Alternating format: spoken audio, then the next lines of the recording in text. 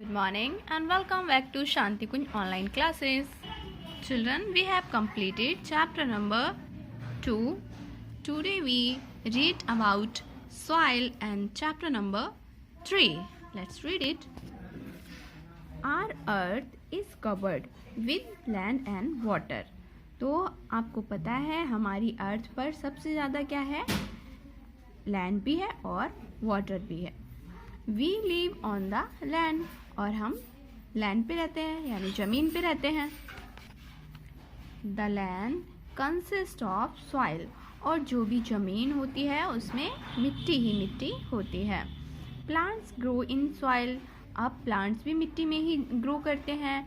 We get crops from plants, और हमें plant से ही क्रॉप भी मिल जाती है. जब हम बहुत ज़्यादा प्लांट्स को एक साथ में उगाते हैं उसे हम क्रॉप्स कहते हैं यानी फसल कहते हैं. Plants provide us with food and shelter, plant ही हमें फूड और शेल्टर दोनों ही देते हैं.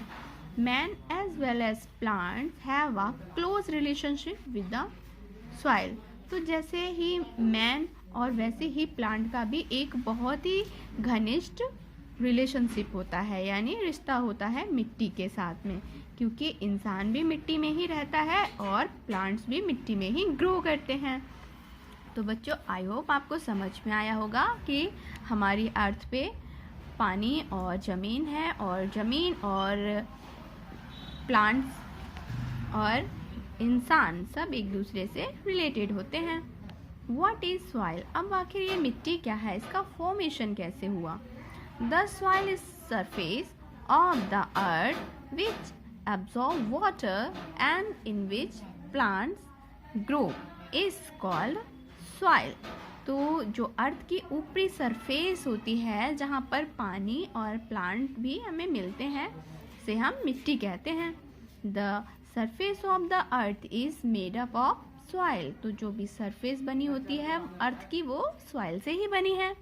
Soil is one of the earth most important natural resources, तो अर्थ की सबसे ज़्यादा इम्पॉर्टेंट नेचुरल रिसोर्स क्या है?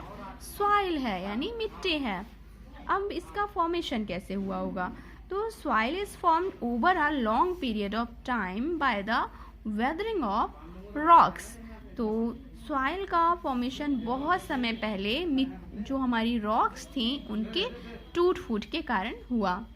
Weathering is the process in which large pieces of rocks are broken down into smaller and smaller pieces due to the heat of the sun, rain, wind and other changes in the weather.